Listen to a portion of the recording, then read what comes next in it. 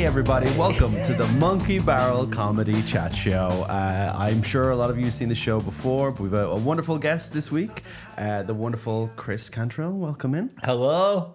And I'm looking down the lens. Lens, nice, I like it. So for yourself and for people that might be watching, that this might be their first episode, where have you been all this time? To both of you, I'm annoyed. The way the show works, we are recording this at Monkey Barrel Comedy, one of the most prestigious comedy clubs in the world. And every weekend we have comedians visiting and doing shows. So this is the show where we sit down with them, ask them some questions from you, from other comedians, and we get to know you a little bit better. But it's not the obvious questions. It's not, how do you come up with your ideas? How did you get into comedy? It's weirder stuff to find out genuinely what kind of a person you are. We've had a lot of crimes be admitted to on this show so far. We've had a lot of stuff that people have admitted. Small level stuff. Shoplifting seems to be a big thing. Have you ever shoplifted? First question. No. Oh, okay. I've done a crime. Okay. But I can't talk about it. Perfect. A weird, mysterious vibe over the whole show. It's like time sensitive. Basically, I'm waiting for, this is such a strange way to start. I'm not going to talk about it, but I'm waiting for an event to happen. Yeah. And then I can reveal what I've done. And that's it. I'll come, when it's time, when the embargo's lifted, I'll come back. Perfect. Okay, so Chris, you're a comedian. You're from West Yorkshire. Mm-hmm. So how would you describe your comedy to people who've never seen you perform? That's a big one. Definitely worth attending. That's probably That's a great answer. I'm in a double act with a girl called Amy Gledhill, and we do an old-fashioned sketch double act called The Delightful Sausage that is a bit like Cannon and Ball or The Crankies meets like The Mighty Boosh and stuff, and we've done that for a few years. And on my own, I'm really trying my best to swerve a little bit more commercially viable. But the new show that I'm working on is about how I've moved to the middle of nowhere and I've started wearing a cape. So even though it's about me and my family and my life, at the end of the day, I am still me. And you're like the Paul Simon in Simon and Garfunkel, where, we're together, let's write a sad song about the sound of silence. And then when they're separate, he's like, just a real good dance boogie. You can call me Al, it's not even my name, I don't care. It's a beat, aye. Fantastic. So something we do to usually relax our comedians in at the start is we do a thing we've started to term the social media time capsule. We're going to jump back into one of your social media posts. We're going to show it on screen right now, and we're going to ask you about it. We're going to investigate it and see what this was. So here we go. Okay, for people listening on Spotify, how can we describe what we're seeing right now? What would... That's thank God you've picked this one, because there's actually something going on in it, because I'm very bad at social media and I'm really trying to get my head around it, but I'm just, everything I write, it sounds like a bot's written it. I just did a tweet last week, it just said manga. Do you know what I mean? It's like, so at least this picture is exciting. That's me and Amy in The Delightful Sausage. That's the finale of our show. That is, you can watch it on YouTube. It's not got the most amount of views, you would say, but the people that do watch it really like it. Good. This is, look at that lighting cue. Look how haphazardly that curtain's arranged. Do you know what? It don't matter. We'll catch it next time. I thought it was 4 layers of curtains, but I realized it's just one curtain. That's my just skin. Full chaos. You're talking about, George. So that's the finale of the show. I get like Amy campaigns against this every show, but for some reason I end up in the skimpiest underwear. And it was actually looking at that image, which is why I started running 3 times a week.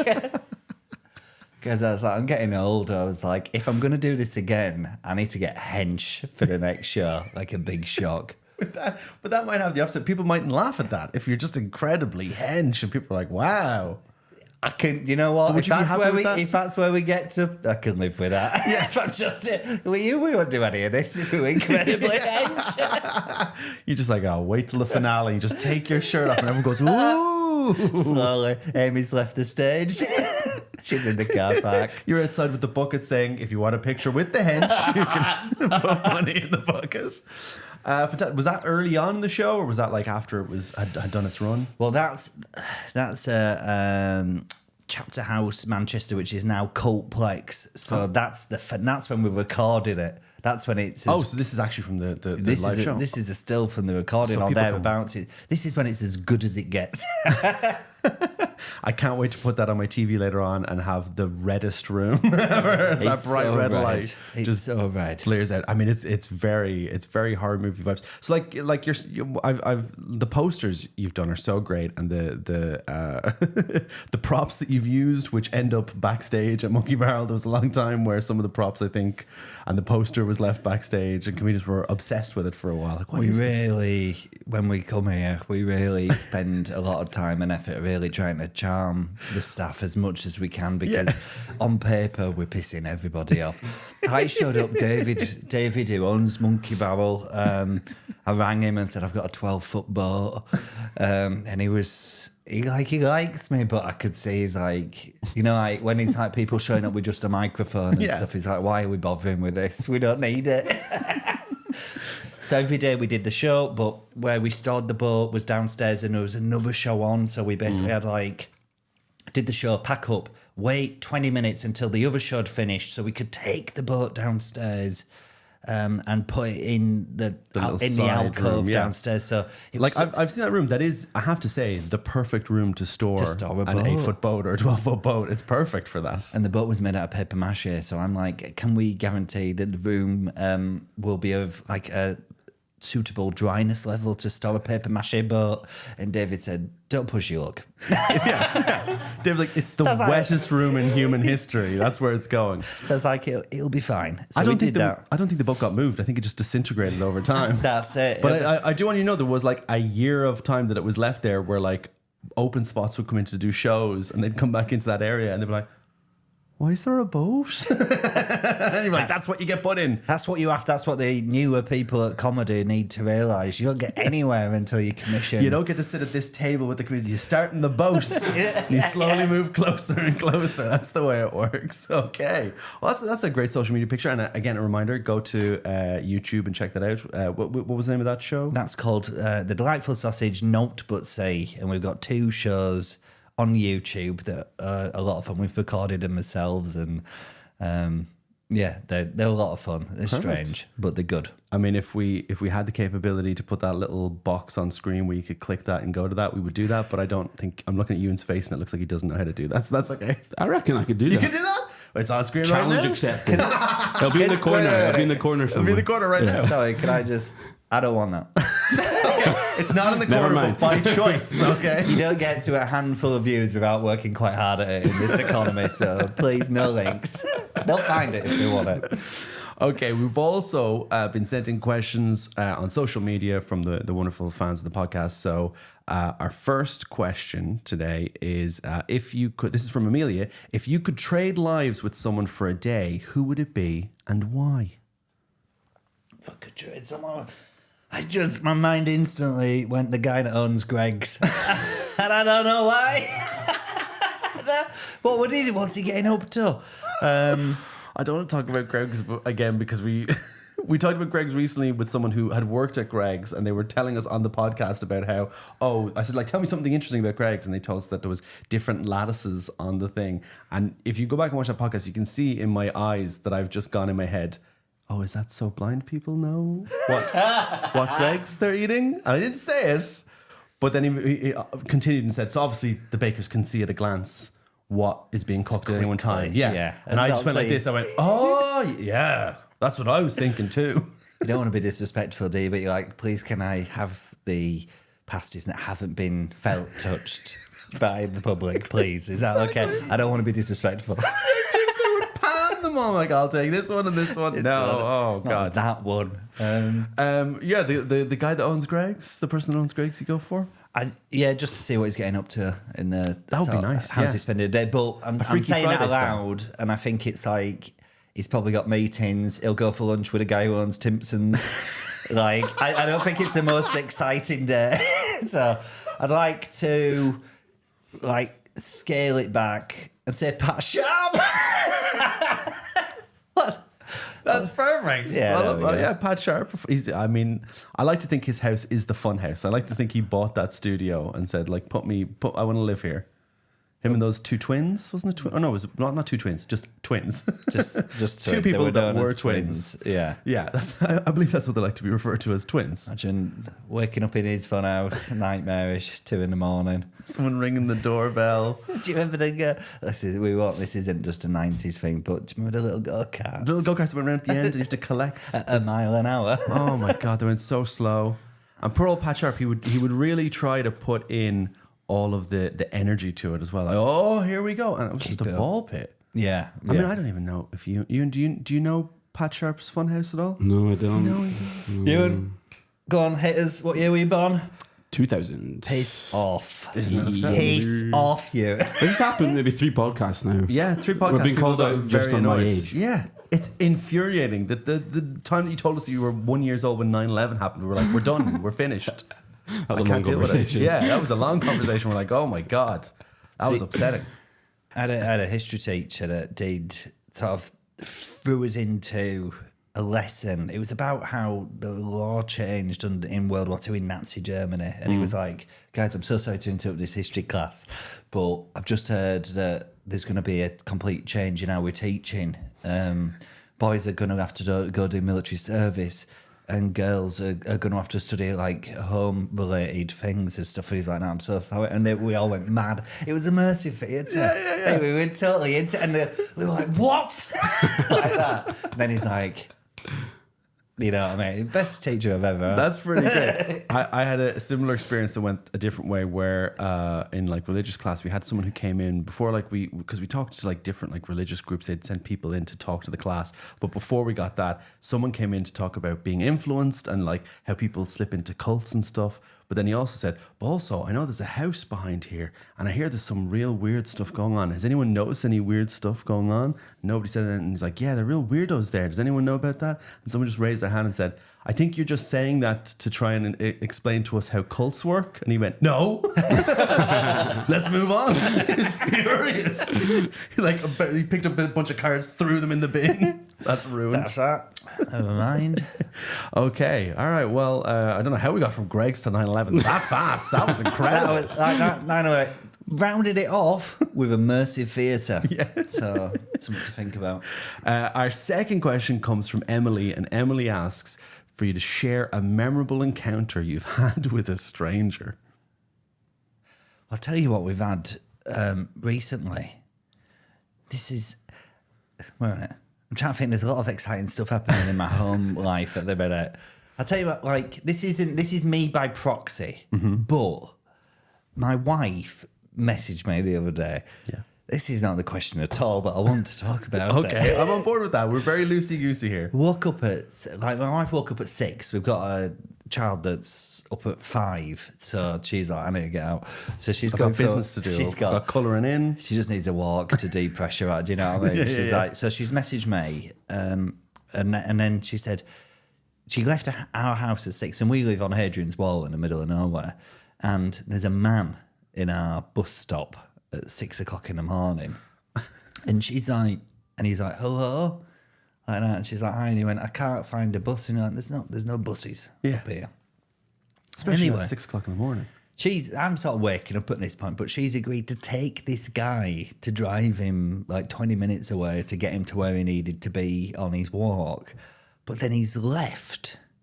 He's just said he gave her 20 per quid, and he said, I've left all this stuff in the bus stop.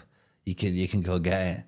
And my wife messaged me, so I ran up and got what he'd left, and he left like 2 sleeping bags, a satellite phone, and like an undersheet, like camping outdoor stuff. And the sleeping bag is worth £400, and he's just left it. And I said, we haven't opened it yet. I said to Nick, I would be very surprised if like a hitchhiker's head didn't come rolling out of that the minute we unfurl it. So that's memorable. It's not really me, but it's just exciting. And sleeping bags are weird. Like they hide how big they are. I feel like they're like that thing from Doctor Who where it's bigger on the inside than it is on the outside. I feel like we've just decided that we need to get into camping which is I feel like you closely could unfurl that and an entire human body would just slide out. slide out. But for £400 for the sleeping bag, I'd keep his secrets. Do you know, I'm not giving that to the evidence. No. Absolutely. The police are immediately going, this is £400. This is going in the back of my car. We'll say there was just a body found. That's the way it would be written down. Yeah, there was just a body found. That's it. All we're doing at that point is moving the body to a neutral third place. All you're doing is incriminating yourself because they're just going to say there was a body and they're like, well, they said it was in a sleeping bag. There was no sleeping bag. There was never a sleeping bag. I don't know anything about a sleeping bag. Just the Met don't listen to this, do they? Ewan? No. We're clean. We're absolutely clean. Yeah. Yeah. I think ACAH, all cops are hikers. Are you happy with that as an answer? I think so. Yeah. That's good. I like something interesting. Are you really happy with Something that? that suggests that there's been a murder is very. I like It's that. juicy, It's good. isn't it? It's I've juicy. come here with the juice for the podcast to be like. So like I've mentioned on stream before that like I stream. So I started streaming on Twitch when COVID happened, and I just kept it going since we came back doing live stand up. And so like usually Sunday to Thursday about 10:30 till about like 1 a.m. I'll just, if I don't have a gig, I'll stream on Twitch. And I was streaming one day, and the next morning I got a knock at the door, and I answered the door. And there was a police officer there, and she was like, hello, I was just wondering if you heard anything last night between the hours of 10 and 1 a.m. And I said, I didn't, but like I usually have headphones on and I'm live on the internet. I do this stream thing. And they were like, okay, it's just there's been a mysterious death in the building next to you. And the guy behind her who was on his phone just looked up and went, murder. I was like, yeah, I figured that out. But she was like, but you're saying you were filming. Oh, okay. Well, maybe we could get that footage and look into that. And I was like, oh, fuck. And I got to give them my thing. And I gave them the address for it. And they're like, oh, well, maybe we'll take a look at that. And then the next night, I told everyone on stream, I was like, through the wall, while we were recording, one guy murdered another guy, apparently. And the police are going to look at it. And somebody pulled up a clip from the stream the night before that I clearly hadn't remembered. And we were playing games, and we watched a YouTube video, and up came an advert for like Paw Patrol, and everyone started writing in chat, APPAB, all Paw Patrol are bastards. And then I got into it, and I started cheering like, oh, Paw Patrol bastards, those fuckers. But your new audience would have been watching. You'd have had an entire squad. Watching. Like, Who were like, riot crew. But I was like, oh, I hope this doesn't turn up in court. But no, the next day that was in the newspaper, the guy was just there. They turned up. They're like, there's been a murder. Oh, he's right there, covered in blood, arrested. I thought that was leading to a crucial bit of evidence. You thought it was going to be, and then I looked out the window at the same time and I saw him grab his sleeping bag. Yeah. Connected. Got a bus out to the middle of nowhere and then met you. And we solved the murder to celebrate a custom emote. That's the right language, isn't it? That's the correct. Well done, you know the references. I did one Twitch stream. Yeah, everyone jumped onto it, and some obviously more successful than others. But me and Amy did it twice. And first time I was running it off a very low powered laptop, and it melted it running OBS on it. Yeah.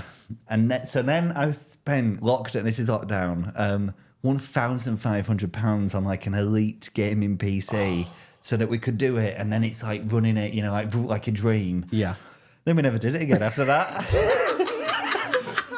But I still have quite a high-end PC. Yeah. You could stream at any time, but you won't. But I won't, because I don't really understand what's going on. Yeah, I mean, I came to it so late. I was like, 2022, I was like, well, I guess I better do this thing everyone else is doing. And I didn't think I was going to enjoy it. And then I was just like, oh, I like this. I should be more open to things. And you've kept it. I think consistency is the biggest thing. That is. So many people I was off. lucky because there was quite a few comedians who were just doing it every single night. So I was like, I'll just start doing it every night, and then because if I start once a week, that won't build anything, and eventually I'll just get bored of it. Whereas doing it 5 nights a week, I'm like, I get 2 nights off. Or if I have to do a gig and I take a night off, it's just getting into that system of it. But it's quite a time commitment, because with comedy you can kind of gig whenever you want. You can book things in. But also, if you, I don't know how busy Edinburgh is and stuff, but I'm driving everywhere. Yes. So it's like the thing of driving Yes. to do 15, 20 minutes or Exactly. whatever like that. That's the hassle. Rather than turn it on, Oh yeah. streaming now. Turn it off and then just sit down on the couch and watch a movie. Go to bed. That's the best thing ever. I mean, it's comedy, but I don't have to drive there and I don't have to go home at the end. And yeah, you think it up off The only problem is my partner gets very annoyed at the giant 8-foot boat that I have in the living room. Okay, so we've got another question, third question from Olivia. Olivia's question is, share a story about a random act of kindness that you've experienced or witnessed. a random act of kindness. Well, my wife picked up a murderous hitchhiker. But we often, so I live on Hadrian's Wall, and I live in a rural sheep farming community. Should I say exactly where it is? No, my wife's told me to stop doing that. Yes. Please don't dox yourself on the... She's also stopped saying my son's full name all the time. She's like, please stop. But so we live on Hadrian's Wall and it's rural and people walk from one side to the other or vice versa, whichever way they tackle it. And it's meaty. It's a real big. Yeah. And we often will have to, not often, but more often than most, we'll have to basically, where we are in Hadrian's Wall on the walk, we're in the middle. Yeah. My village is where they break, where the people that have casually wandered into, that haven't done any prep, that haven't researched how many, because it's like you have to walk 9 miles in a day, and that's loads, but it's doable. Yeah. But then you have to walk 16, and then you have to walk 9. So by the time you hit my village, some people break. They're not prepared. And so we'll often have to do random acts of kindness that are like getting them to the next bit, to the train station, or to getting them to the next big place that they need to go. So we found the explanation of who that man was then. He was probably just someone who got to your town and was like, I'm done. I'm finished. I've had enough. I can't deal with this. Also, I've killed the person I was walking with. We had a family that came during, because I had to spend a lot of lockdown in my father-in-law's B&B. Don't ask. But we had a family came during in between the lockdowns, when everything was opening up, and it was a son, his dad, and his father-in-law. And his father-in-law was like an SAS. Oh. He's an older guy, but he was like a former, maybe not SAS, that's the highest rank of military. He was like a military man in his older years. But he was wearing camouflage t-shirts. He had a "He who dares dies," or I don't know. He had a ring with a skull on it. Do you know what I mean? He was cool. But his dad was not in good shape. He was an older guy who was a bit overweight, and he'd just not prepped. Yeah. And they did the walk, and when he got towards, he was like hobbling. But rather than just be like, I've not prepared for this at all, he was just like, yeah, I'm going to need to go to hospital. And because I was in B&B mode, I was like, yeah, absolutely. We'll help you get to the train station or whatever. But really, it was like, can you imagine during lockdown, using NHS resources because you just haven't gone for little walks in preparation for a big walk? Shameful, but also, to be fair to him, imagine being in lockdown and being indoors and then going from not walking or going there for months to 9 miles, 16 miles, and then 9 miles, and just realizing I can't do this. This is insane. I get it, but do you need a bed? Do you need a doctor for that? Because we've just diagnosed him perfectly from afar. Seems like you need a cup of tea and a sit down. You need a cup of tea, sit down, and you need to go home. He's like, I need adrenaline into my heart like that scene in Pulp Fiction. No, you don't. You're certainly fine. My favourite meme is that scene in Pulp Fiction where it's on Uma Thurman passed out. Yeah. It says the music industry. And then the second one is John Travolta with the needle. Yeah. And on John Travolta it says Fred Durst. And on the needle it says a fusion of rap rock. And then it shows it, and then it just shows her eyes opening. This is the best thing ever. I'm so sorry, Ewan, born in 2000. This is meme culture about new metal and Pulp Fiction. Could you just pull the meme up and put it on I can find it. I'll put it on the edit. Yeah, I'll put it on the edit. I watch Pulp Fiction when I get I don't know, back. it's like, doesn't know what Pulp Fiction is. Doesn't know what a movie is. I love Pulp Fiction. Do you still have memes? Do we still have memes? Yeah. Yeah. memes I Could have. we? Do we ever ask the guests ask you to put memes? Do you want me to put one up on? right now? I can put it on the screen. Put up a meme. okay. Let me find something here. Just I feel like put. this is going to be Pulp- any meme. Just put. Just put Limp Bizkit, Pulp Fiction, and that should just bring it. And then go to images. Oh, for a moment, I thought you were just going to say, pull up any meme, please. Welcome to our new show that me and Chris host, where we review the memes. Memes of the week. That one on the left. It's the first one. That one? Oh, my goodness. Dying music industry, radical blend of rap and rock. Fred Durst. That's my favourite meme. That one, or there's one with a dog with eyes that are looking in two different directions, and it says one eye on the titty, one eye on the streets. It's either that one or that one, and that's a meme that's so old that the JPEG quality is like it's what one res. That's great. I also like the one down below that just says, when your dad buys tickets for the Limp Bizkit concert, even though your mom said you can't go. It's just him and his cool dad hanging out. Okay, wow. Thank you for that. That's a new part of our show, which is just random memes. Random We'll put them memes. up. That might be a new thing from now on. And then I'm like, the elder statesman just taking my glasses off. Well, I nailed that. Okay. So something we also do is we get our previous guest to send in questions. So our previous guest, the wonderful Stuart Laws. No. So Stuart No, it has was sent in a Sikisa. clip for you. Oh, yes, sorry. It wasn't Stuart Laws. It was Sikisa last time. Sorry. That's all right. Stuart That's on Laws is video. the I'm a terrible unprofessional comedian. Stuart Laws is the worst. Sikisa was the last one. And let's check out Sikisa's video. Hi, it's Sikisa. Don't watch the room, it's a mess. But okay, Chris, I have got some questions for you. So obviously you're kind of a blondie, kind of white man. I would like to know, what is your favorite blonde thing? Also, you have got a tag team partner in comedy. It's obviously Amy Gledhill. But I would like to know, which one of you two is the better comedian? Also, last question. I would like to know, if you had to swap a body with any other comedian, which body would you swap it for? So let me know whose comedian's body that you would swap. It's all intriguing. Perfect. Thank you very much, Sikisa. First question. I think I should clarify first of all, because I did say we have a question from the wonderful Stuart Laws, and I went, oh no, it's Sikisa. So I feel like I should clarify. Sikisa's also wonderful. Thank you, Sikisa, for the question. She's also wonderful. I was full of dread because famously Stuart Laws is the worst of us on the circuit. He's the worst. I'm glad we got that in. I'm glad I Get made that this in. Just be like, yeah, I can't tell you because he's too litigious. But first question. Am I going to have to do one of those? You're going to do one of those as well. First question. Oh, you're asking questions. Yes. Yeah, Question yeah. number What's one. the question? Sorry. And thank you Question- very much. Thank you very much, Keith. I love you. Sikisa says, what is your favorite blonde thing?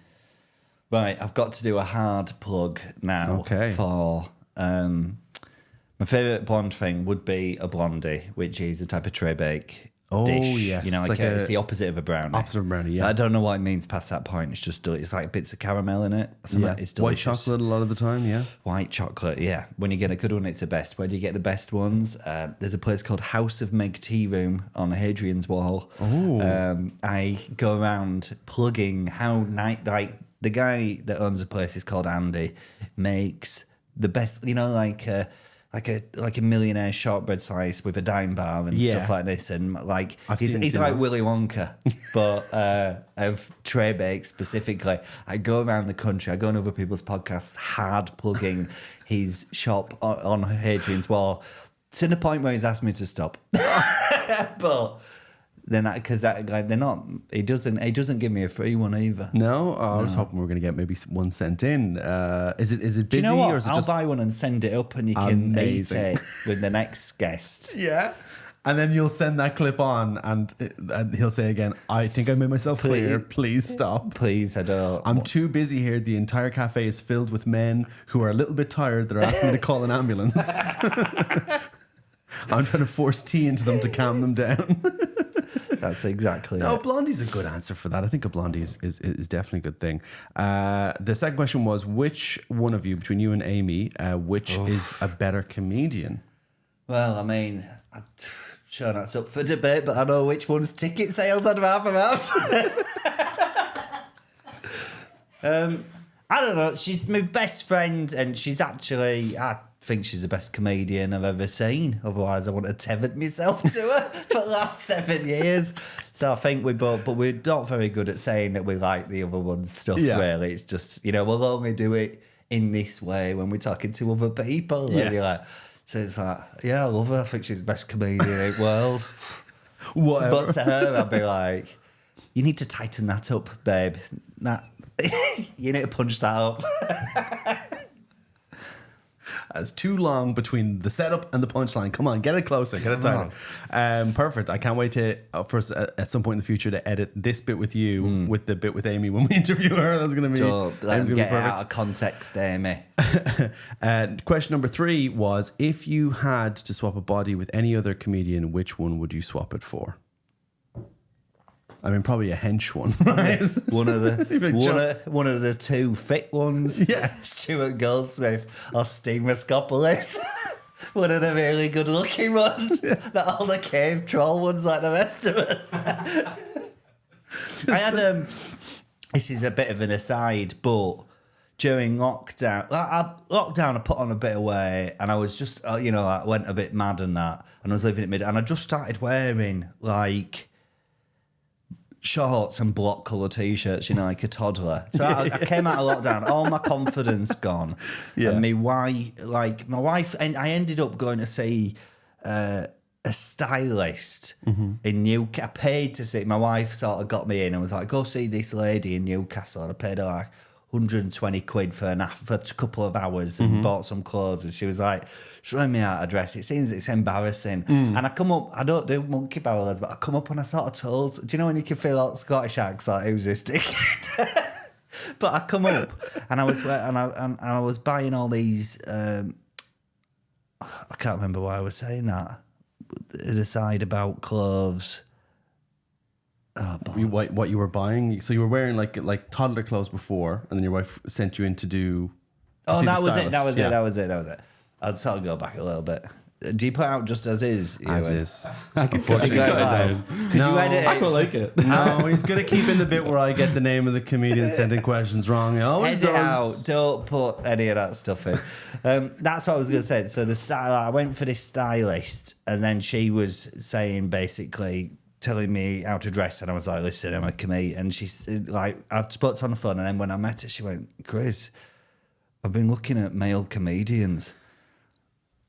They don't dress very well at all, Chris. And I was like, tell me about it.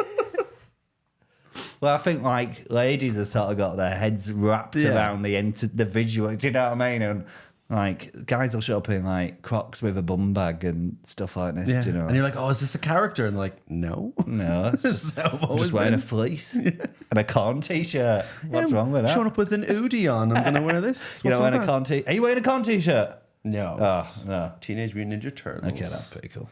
But back in. I'm okay. I also have been to a stylist. But I think the problem is a lot of comedians will walk into a green room. They'll be like, oh, well, I'm the best dressed man in here, but that's not good. No, Comparing in terms yourself- of reality. reality Yeah. outside of that room. Yeah. Oh wow. Okay, so you'd swap with well, let me put this to you: if you had the choice of a stylish comedian or like a hench comedian, like what are you going for, body or sense of style? Because you can be a badly dressed hench person, or you can be. But I would go for the brilliant raw materials, the rippling bod. Yeah. Because I don't think even the well-dressed comedians dress well. No. How many Converse trainers and record bags are we still seeing in green rooms? Do you know what I mean? It's like, Yeah. I've got it locked down. I'm wearing a white trainer and a shacket, as is befitting of a man of my age, and I'm not doing anything else past that point. That's as good as it gets. Okay, so you can keep that, put the hench in, and you're sorted. That's it, yeah. Oh my god, I feel like Corn like I'd go backwards and put the corn t-shirt on and the shorts. I'd be back out there. Ripped. yeah, ripped toddler walking around with shorts on. Yeah, lovely, sexy, ripped toddler. I feel like we're gonna jump from this to an edit 2 years down the line of this podcast where you're just we can't even fit you on the camera shot with me because you're so ripped. I think we'll be removing this footage for several reasons. I love that out of everything we said, we talked about Greg's 9/11, 2 murders, and we're like, could you edit out that bit where fantastic. Okay, so we found out a lot today. We found out about your show. We found out a lot about who you swap bodies with. We found some murders. We found about where we'd be. Is there anything you'd like to tell our viewers at home about like shows you've got coming up, the Fringe, stuff like that? Plug stuff. This is the time to plug stuff and get them to watch it. My instant reaction now was to just be like, COVID is a lie. But then, like when you phrase it like, there's anything you want to tell people, but it isn't. It's true. So, right, in terms of stuff, one, that's a good sign, isn't it? It's a very good sign. I was like, oh, wow. I thought we're nearly done, but apparently we've got another half an hour to go.